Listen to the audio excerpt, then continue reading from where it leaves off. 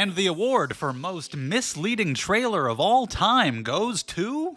Welcome to Box of Chocolates, where you never know what you're going to get. Today you're getting my opinion on the new film by Steven Soderbergh, Presence. I got to see this a week early, but no worries, there will be no spoilers. I was curious about this because Soderbergh has made a lot of movies, and many of the ones that I've seen from him have been really good. And this is kind of a unique idea. It is a haunted house movie from the POV of the ghost. So it's like In a Violent Nature, but with a ghost instead of a guy who really hates yoga. I thought it sounded like an interesting experiment. So how did it turn out? Well, first, I just have to let you know, this is not a horror movie.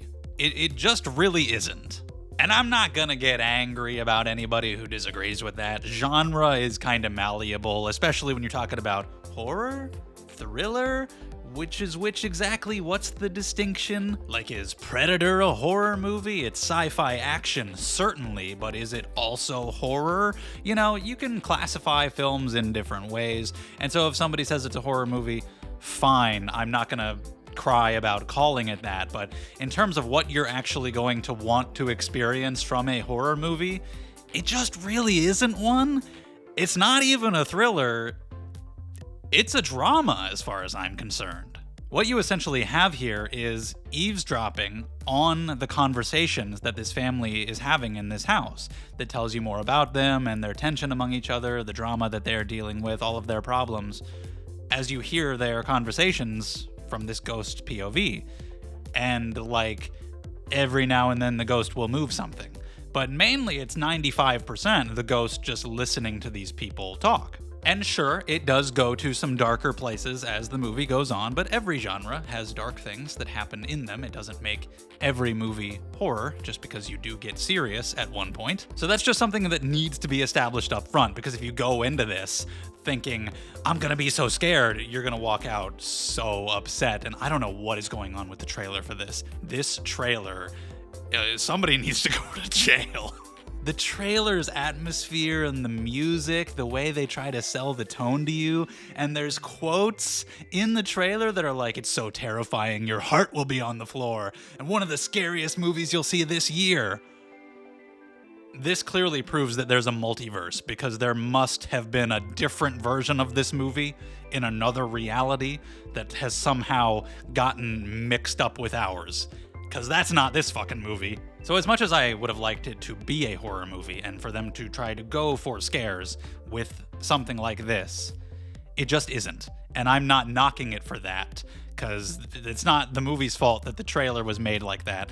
I just felt that needed to be absolutely established up front so that people don't go into this expecting to be frightened, because that's not gonna happen. It's why I don't watch trailers almost ever. I didn't watch this trailer until after I saw the movie, and I was like, what the hell is this? This is not representative of what I just watched. How can they do this? How can they get away with this? But anyway, as a little experiment, I think it's kind of interesting to see. I think that is the selling point. It kind of gives it a little bit of a unique atmosphere as you're watching what this ghost watches, wondering what it is going to do, wondering what purpose is going to be served by filming it in this unique way. It kind of adds a unique little touch to it that I respect Soderbergh for doing. He's the type of guy who likes to experiment with film every now and then. He's a passionate guy. He's been making movies for a long time. He's made a lot of good ones. Every now and then he just kind of wants to do something, like Unsane, which was, I believe, filmed on an iPhone. And this movie, from what I heard, was filmed in like 11 or 12 days. So it's kind of just like a fun little project, and I respect him for taking those leaps. I think the performances are really good for the most part. Lucy Liu is the mom, and she was solid. Chris Sullivan was my favorite performance. He was the dad. He was also Taserface in Guardians of the Galaxy 2. Very different role. But also the teenagers were good, and I liked exploring this family dynamic as we're kind of jumping into the middle of their lives here and just learning what they've been through these conversations, and how the daughter's friend recently passed away, and you kind of have explorations of trauma, but not in the annoying way, because it feels like every horror movie that comes out nowadays is an exploration of trauma or grief or some such, but this is done in a way that works really well, because this girl is really depressed because of what she's recently experienced, and she's the first one to start noticing the ghost and thinking that it might be her deceased friend, and so you can really view this ghost as her trauma literally lingering with her. It's well integrated into the story, and then just the way that her family is reacting to her and trying to handle her issues and the issues they have amongst each other, the different parenting styles that her mom and dad have. I did get into the family drama pretty decently. I did like the very end of the movie. It kind of explained a few things, recontextualized a few things that made me look back on things a little bit differently. Not in a like, oh kind of way, but like, oh. I will say I am ultimately mixed on the decision to film the movie from this perspective. The story isn't really that special, and we'll get more into that later. So the ghost POV is the thing that's different. It is the thing to see the movie for if you're interested, but it feels like, okay, that was a fun little experiment that they did, and not much more than that. I wish it felt more impactful beyond that, because I don't feel like it really accomplishes much that couldn't have been accomplished exactly the same if it was just filmed like a traditional film. The style is cool. We basically get every scene being one long take until there's a hard cut to black and we transition to the next scene, which will just be the next time that we're following the ghost. And it's kind of cool, but it just isn't in service of much in terms of story or character that you couldn't just do by filming the movie like every other movie. In fact, for a while, it kind of hindered my experience at first, because we're from the ghost's POV, that's what I'm focused on. I'm essentially treating the ghost as the main character, and I'm invested in what the ghost is going to contribute to all of this, and the characters in the background who are discussing their drama kind of feels like window dressing to the real stuff, which is the ghost. As the movie goes on, you realize, okay, that's not the movie this is gonna be. This is not a horror movie at all. The characters over there are the real focus, and I was able to adjust myself to that. But for a little while, it kind of hindered my experience because the presentation style made it feel like it would be something that it really wasn't. And I've got that tension at the beginning, wondering what the ghost might do, and it becomes clear pretty quickly, oh, nothing. It's not a horror movie. And I don't like to take that tension away from other people, but I think it's more important for you to know what kind of movie you're going into, because trust me, any tension you might have felt in the first 2 minutes is gonna fade fast. As for my negatives, there are some things which I assume must have been intentional about how we don't have all of the information, because we're only hearing some conversations that this ghost is also hearing. So there's something brought up amongst the parents that is very specific and seems to have potentially very large implications. And I was like, what's going on there? What are they talking about? I have no idea where that's gonna go. That came out of nowhere. And it's never explained. Unless I'm stupid, which is entirely possible. I might have just missed something, but I don't recall it ever being addressed again. And so I'm left wondering, like, what the hell were they talking about? Some people might enjoy leaving it up to interpretation, but I just felt like wanting more. Like, you literally just brought something up, and it's pretty huge, and then it's just never addressed again. There's a character in this film named Ryan. He is the friend of the son, and he ends up spending a lot of time at the house. And I really found this character very irritating, and you're supposed to, but I found him irritating because I didn't find the dialogue to be good at all. It might have been in his performance too.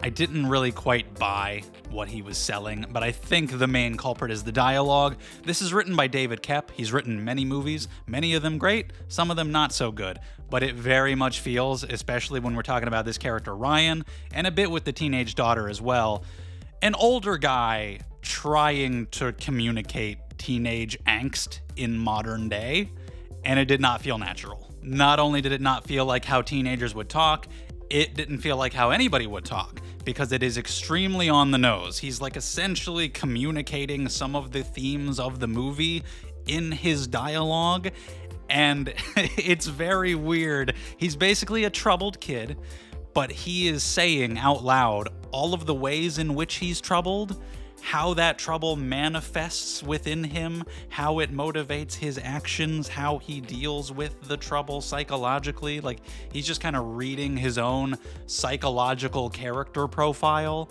and it just doesn't feel natural at all. It doesn't feel like us coming to understand the character through his actions. It feels like the character having an odd amount of self-awareness for a troubled teen and just telling us all of the ways in which he's a troubled teen, and it felt very odd. Those scenes were awkward. And by the end, the plot does get a little bit more serious. We learn a little bit more about what's going on. It's not so much the ghost just following the characters around and listening from the closet.